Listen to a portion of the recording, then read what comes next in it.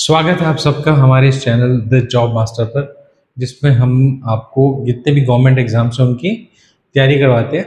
और उसी तैयारी के जो सफ़र है उसके अंदर हमारी एसएससी की तैयारी चल रही थी। इवन एसएससी क्या बोलूँ, जितने भी रीजनिंग के टॉपिक है कॉमन ही होते हैं गवर्नमेंट एग्जाम्स में।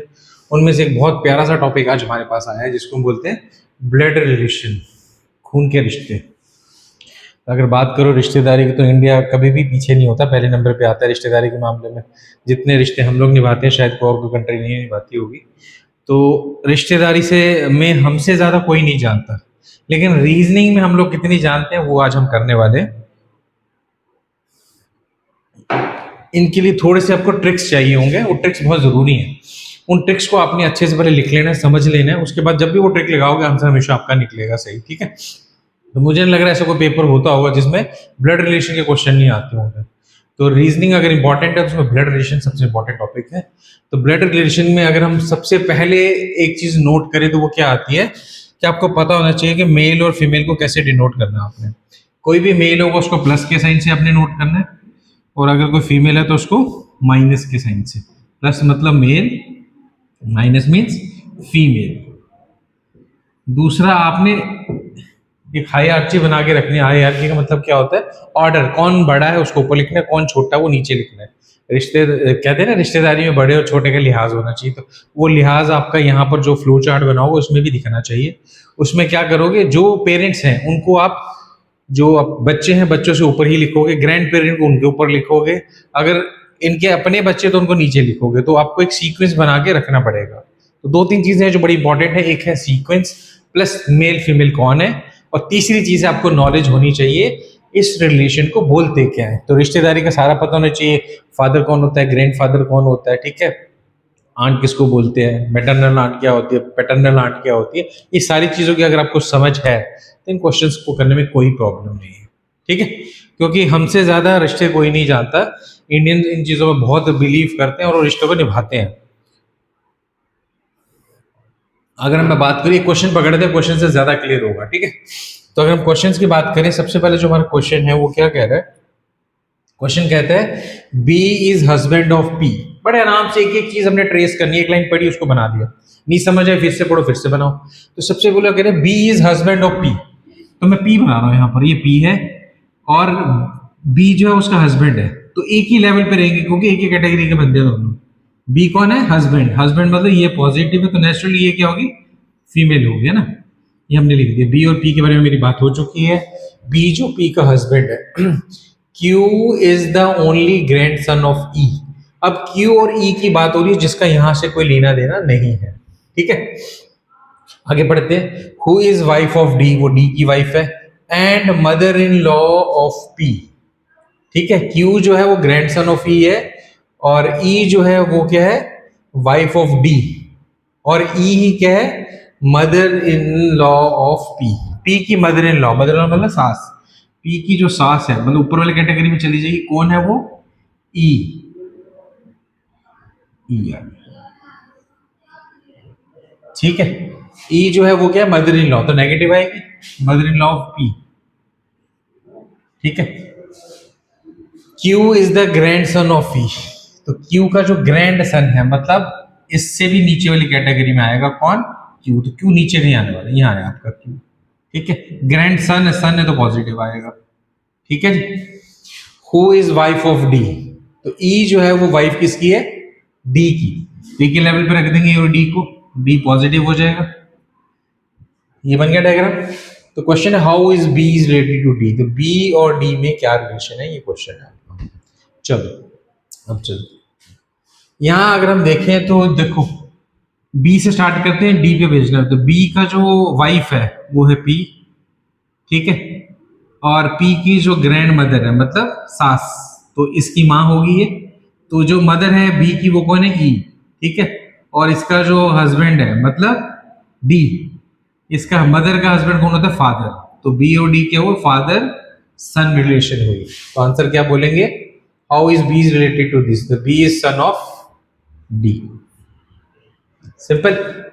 डायग्राम सही बनाओगे आंसर बिल्कुल सही आएगा, रिलेशंस ऑटोमेटिक आपके सामने आने वाली है। ठीक है, एक बार इसको हल्के से देख लो, अगर आपको समझ नहीं आती मैं फिर से बताता हूँ, कोई इशू नहीं है। आई थिंक सबको क्लियर हो गया वाला क्वेश्चन। नेक्स्ट पे चलते हैं। नेक्स्ट क्वेश्चन हमारा क्या है, ये रहा आपके सामने।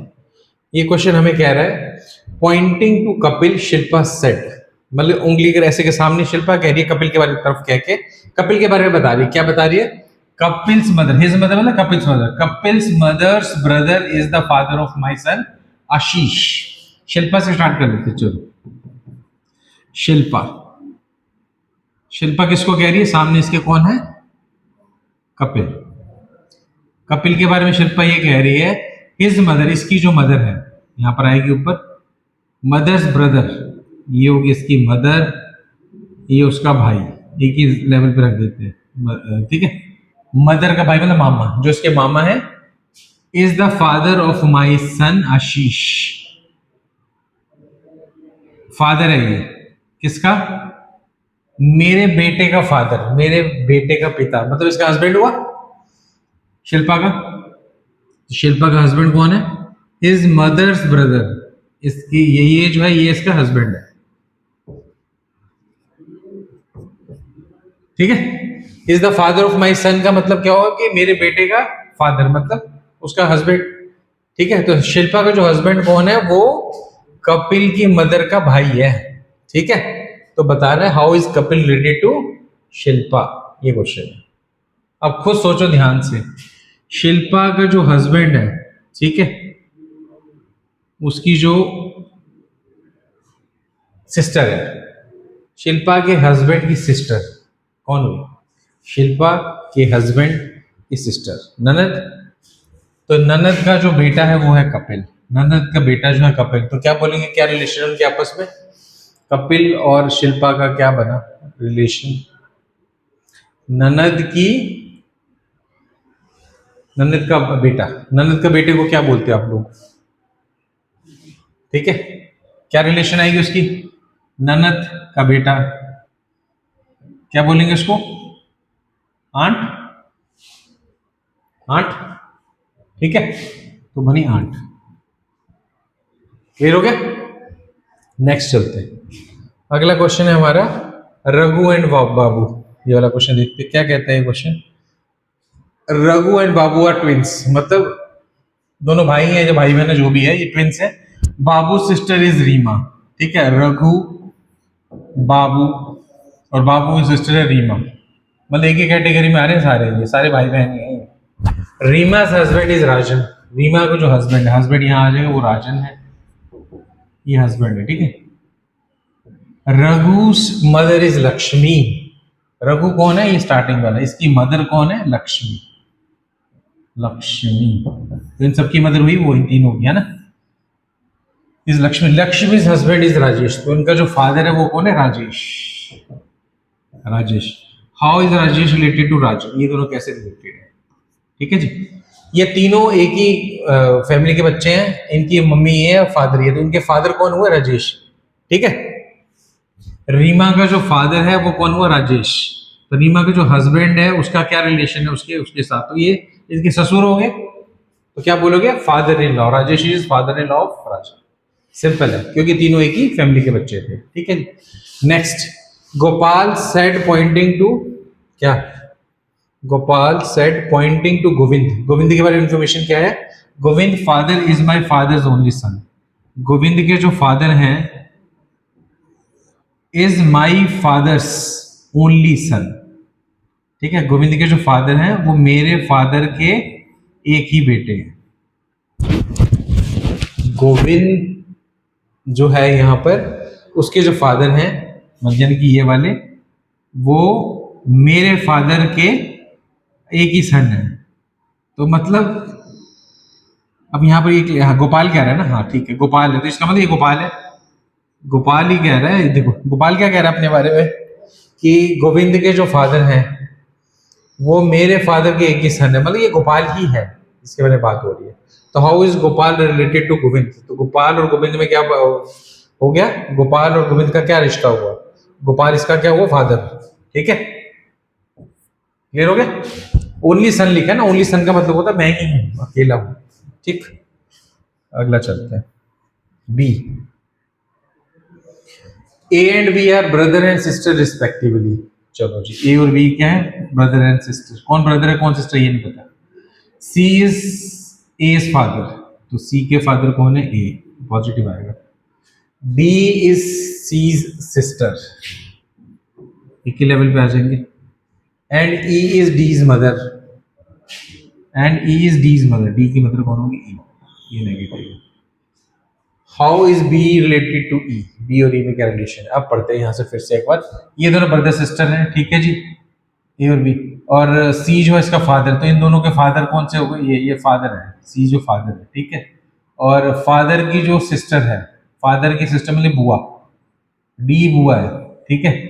तो ये भी भाई बहन है।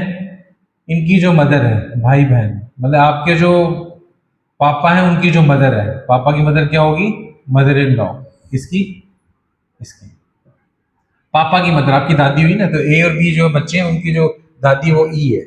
तो क्वेश्चन है how is B related to, B क्या होगा इसका, granddaughter, great granddaughter सीधी, ठीक है। तो ये दादी है और ये उनका बच्चा है, नीचे लड़की है वो बी। तो क्या हो गया, ब्रदर से रिस्पेक्टिवली लिखा है ना, तो बी सिस्टर होगी, तो लड़की है वो उसकी क्या हो जाएगी, दादी। तो दादी को हम कैसे जोड़ देंगे, granddaughter, B granddaughter है ई की, ये क्वेश्चन पूछा उसने, ठीक है। पॉइंटिंग टू, नेक्स्ट क्वेश्चन हमारा, pointing to a woman, Manish said, Manish क्या बोलता है एक औरत के बारे में, she is the daughter of a woman who is my mother's husband's mother, मेरी मदर, यानी कि यहाँ पर एक आदमी है, मेरी मदर के हस्बैंड की मदर, मेरे मदर के husband, my mother's husband, mother के हस्बैंड कौन होते हैं, फादर।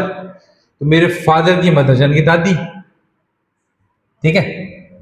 और ये दादी की डॉटर है, तो यानी कि आपकी क्या हुई वो, बुआ। तो अगर बुआ है तो उसको क्या बोलेंगे, पैटर्नल आंट। समझ आ गया क्या कह रहा है वो, आपके फादर की जो सिस्टर है, ये कह रहे फादर की सिस्टर कौन होती है, बुआ, है ना। तो बुआ को हम लोग क्या बोलते हैं इंग्लिश में, पैटर्नल आंट। और जो मासी होती है, माँ की बहन जो होती है, उसको हम क्या बोलते हैं, मैटरनल आंट। तो पैटर्नल और मैटरनल आंट दोनों पता होना चाहिए आपको। नेक्स्ट क्वेश्चन हमारा क्या कहता है, question is Sandeep is the son of brother of Vasant mother, Sandeep is the son of brother of Vasant mother, ये वसंत लिख देते हैं, वसंत की जो मदर है, ठीक है, ब्रदर ऑफ वसंत मदर, उसका जो भाई है वो कौन होगा, मामा। तो मामे का बेटा कौन है, संदीप, मामे का बेटा यानी इसका कजन है ये, ठीक है। वसंत और संदीप क्या है, एक दूसरे के कजन है, और संदीप रिलेटेड टू वसंत, तो दोनों क्या हो गए, वो कजन्स, ठीक है, दोनों हो गए मैटरनल कजन्स। कहने का मतलब ये जो क्वेश्चन है ना बहुत आसान है, बस आपको दो तीन चीजें बड़ी इंपॉर्टेंट है वो याद रखनी है।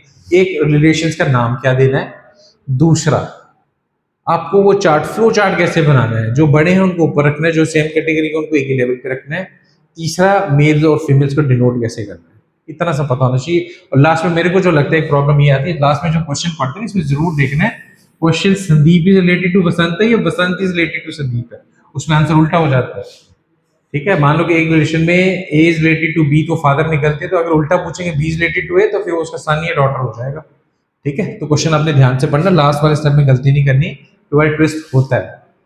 तो ये था आज आपका टॉपिक ब्लड रिलेशंस का, जिसमें बड़े ही आसान क्वेश्चंस होते हैं अगर आपको रिश्तेदारी की समझ है। अगर आपको नहीं पता रिलेशंस का, तो एक अच्छे से बैठ के पहले आप याद कर सकते हो कि फादर किसको बोलते हैं, मदर किसको बोलते हैं, आंट किसको बोलते हैं, है ना। पैटर्नल आंट क्या होता है, मैटरनल आंट क्या होता है, ग्रैंड मदर क्या होती है, ग्रेट ग्रैंड मदर क्या होती है, नीस क्या होता है, नेफ्यू क्या होता है, ये सारी चीज आपको क्लियर होनी चाहिए। अगर ये क्लियर है तो इन क्वेश्चन में कोई प्रॉब्लम नहीं, एक फ्लो चार्ट सीधा सा आपने बनाना है, और फ्लो चार्ट करते आपको समझ आ जाएगा कि जो रिलेशन है वो क्या है, ठीक है। कभी कभी ऐसा भी होता है कि उनमें से कोई रिलेशन नहीं होती, तो फिर आपको ऑप्शन भी दी होगी नन ऑफ द अबव, ठीक है, या फिर कांट बी डिटरमाइंड, ऐसे करके कुछ आपको हिंट जरूर दिया होगा, तो आपने उसके हिसाब से आंसर चूज करना है। तो उम्मीद है ये जो रिलेशन वाला टॉपिक आपको बड़े आराम से समझ आया होगा। इस वीडियो को बार बार देखिए, इसकी पीडीएफ का लिंक आपको डिस्क्रिप्शन बॉक्स में मिल जाएगा। आपको अगर और क्वेश्चन चाहिए तो वहां पर आपके लिए एक्सरसाइज भी होगी, आप वहां से और क्वेश्चन उठा सकते हो और प्रैक्टिस कर सकते हो। एंड में फिर वही एक बात बोलूंगा जो बार बार मैं बोलता हूँ, हमें हमेशा सब्सक्राइब कीजिए ताकि बहुत सारे बच्चों तक हमारी रीच पहुंचे और जिन बच्चों को हमारी ज़रूरत है उन तक हम अपने लेसन्स अपनी नॉलेज उन तक पहुंचाएं, क्योंकि नॉलेज बांटना ही हमारा मेन मकसद है। ठीक है, तो उम्मीद है आपको हमारा ये ब्लड रिलेशन का बहुत खूबसूरत सा टॉपिक बहुत पसंद आया होगा। तो मिलते हैं आपके अगले किसी वीडियो में किसी और इम्पोर्टेंट टॉपिक के साथ। तो रीजनिंग मुश्किल नहीं है।